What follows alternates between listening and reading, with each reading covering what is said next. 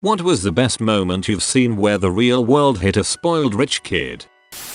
Somewhat distant relative spent all of his university years and 20s partying hard with the circa 100-120k allowance his rich company owning father gave him each year. He'd travel the world each year, going to Bali, Thailand, Europe, every year Oktoberfest, just rampaging. At 32 or so he decided to settle an upscale ski resort area of the US and open a business with his hot gold digger fiancée. When he went to transfer his money to his US bank account, he noticed it only came to a few $1,000s. He angrily asked the bank worker why she hadn't transferred the entire amount, only to be told that that was the entire amount. His father had cut him off without saying anything and he just hadn't noticed. Absolute flatline. And then, I need more. Heavy drugs, self-pity, and finally recovery with only a small side dish of enlightenment. Absolute flatline. Pretty sure he died. Man. Legendary, mate. My best moment was when I got hired by a pair of Woodside, CA parents to transition their horrible 18-year-old into the realities of real life, something that evaded both of them. My first action was to take away his platinum, limitless, credit cards. He threw a tantrum that lasted several days. Where am I going to get money? Get a job. My parents will fire you. They didn't. When he realized that boundaries and budgets had been set in stone, and that he not only had to pay the bills, the rent, but taxes too, he headed straight to college to wait out the next 4 years. He is still a little jerk, but at least he has a job and an education now. How does one get into this line of work? I was the nanny while working through my PDD, so I came to it indirectly. There is a whole workforce of folks who do this. Word of mouth and next door. Get paid to tell rich brats to grow up. Where do I sign? The thing is, the way I see it, you have not only tell these fricks to grow up, but he's somewhat successful at it. Sounds like a nightmare to me. Also, the parents have to realize something is wrong with their little shit spawns and care enough to try and fix them. I'm sure men would care enough to fix it. Maybe that is a little harsh to paint with such a broad brush, but most don't even realize their kids are the worst society has to offer, aside from movie talkers. I had a roommate my freshman year of college that came from an incredibly rich oil family from the Middle East. I remember him having the hardest time adjusting to not having someone else prepare him food. I remember waking up one morning and going to the kitchen and seeing him try to eat eggs and toast he had just prepared himself. He asked me how I normally prepare fried eggs, because his tasted really crunchy. Turns out he had just cracked the egg hole into the pan and prepared a shell and all. I couldn't stop laughing, but felt really bad for the dude. At least he tried. True. He was a good dude. Was an interesting semester helping him learn how to live, providing for himself. Similar thing for me, we had this Middle Eastern basketball player in the room next to us first year of college. He'd tell us incredible stories about his life. Even got chased by an army for courting a princess. He just was extremely clueless when it came to interacting with people here. Super nice guy, I hope he's doing okay. I'm glad he wasn't an awful person despite his wealth. Yeah, he is a great guy. Unfortunately, life fricked him hard. He had a basketball scholarship, but injured his back and was told he could never play again.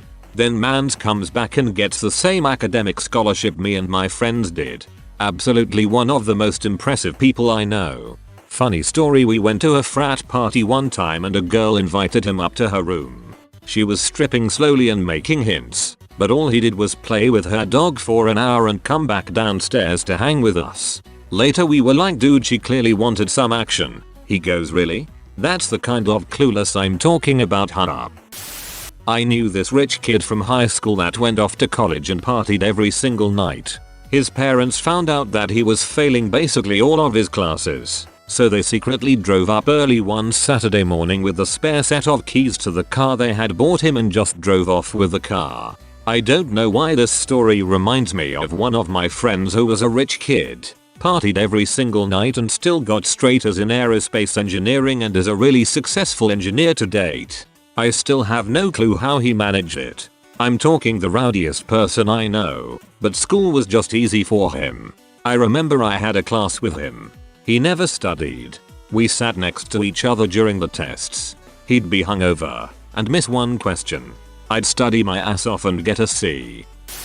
I knew a guy in high school who bragged that he didn't have to pay attention in school because, get this, his grandfather was a vice president of the corporation that supplied the cardboard for cereal boxes for General Mills. Real gravy train, you know. Last I checked, since deleted Facebook he was still working at Best Buy 5 years after high school, same job he had in high school. I don't think my father, the inventor of toaster strudel, would be too pleased with this. Let it out, honey. Put it in the book. I had a friend in HS who claimed he was an heir to the Sunny D fortune. Did you ever go to his house? What was in his fridge? Purple stuff? The duck might swim in the lake, but my daddy owns the lake. That one Instagram model who got caught on video talking shit to a security guard at VidCon. Not only did the guard stand his ground and not let him in, because he wasn't famous enough to be given a pass and too rich to just buy one, but once the internet saw the video the guard ended up with more followers than the kid. Classmate in college failed his course. Partied for a year with daddy's money. Never studied. Ever. Thing is, inheriting his father's construction company, 2 quarries, a fleet of trucks and equipment, depended on him manning up and passing the class. All he had to do was learn the basics of mechanical diagnostic and repair, and be set for life. He just needed to pass one class. Talk about wasted opportunities. One course, he failed 4 or 5 classes. All were needed to graduate. Oh, I see. Administration and faculty at a university refused a substantial offer of endowment money from a couple that wanted their son enrolled as an art major. Their son couldn't meet the minimum scholastic entrance requirements and he had little aptitude for art. Still, with their millions, he thought money would buy his way to an easy degree as an art major. He was dumbfounded to receive a notice of non-admittance. Cries in German. Someone is gonna pay for this down the road. I grew up with rich kids and still keep in touch with a few of them. One guy's father owned the most prestigious law firm in town. He said his life changed the moment he called his father from jail, the second time it happened. His father said, "Well, sorry to hear you got arrested, good luck," then hung up. He said getting locked back into his cell was the singular moment that completely turned his life around. That's a good life lesson. Sounds like the dad cares, but wants his son to actually grow up to be a good successful person. Do you know if he actually turned his life around and got better from there? Yeah. That sounds sensible. Of course you'd help your kid out the first time. Getting arrested twice is a problem the kid needs to work out himself. Call me once. Shame on you. Call me twice. New phone. Who dis? My grandfather was the same way as an attorney. Father. A favorite family story is when my uncle called him from a police station on a Friday night. He was in high school at the time and got caught drinking. My grandfather answered the phone and simply asked, "What did you do?" And my uncle responds, "Nothing." "Great, tell them to let you go," hangs up the phone and goes back to sleep.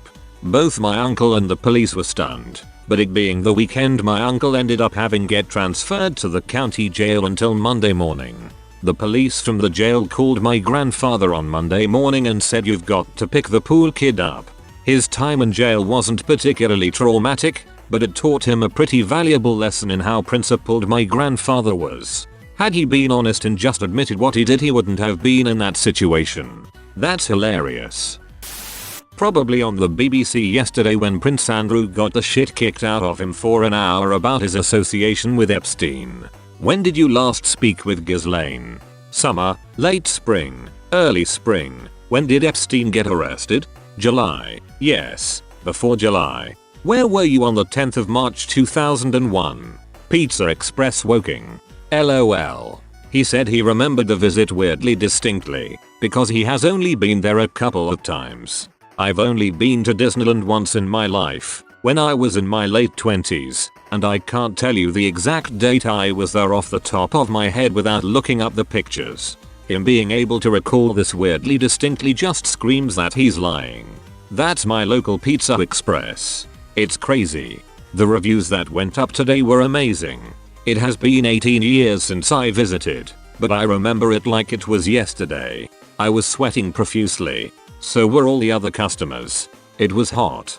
The pizza was spicy. The atmosphere was electric.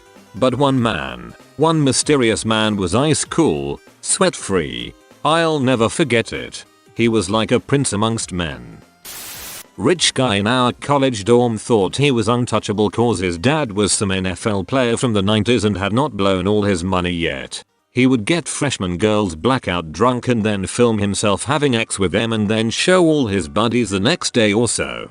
Well, one buddy was not as close as he thought and went to the RA, who then went to campus police and then real police. It was a fun night watching the parking lot fill up with the bored cops on duty that night and haul his ass out of the dorms while they went and gathered his evidence. What happened to him afterwards?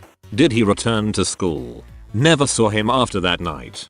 This took place near the end of the week, Thursday or Friday, cause I remember going to class on Monday and his dorm was empty and being cleaned by the housekeeping staff. Whoa, that's crazy. He could be anywhere now, including prison. Well, one buddy was not as close as he thought and went to the RA, who then went to campus police and then real police. I always have found that those types seem to assume any random stranger they meet will be 100% good to cover their deepest secrets, because they want your money, and B, just don't get that there are things real friends would snitch real friends out for, and being an obvious serial rapist is one. Hell, if I found out one of my blood siblings was a serial rapist, I would run to the cops. Another possibility is that they don't see anything wrong with what they're doing. Or they believe everybody wants to do what they do.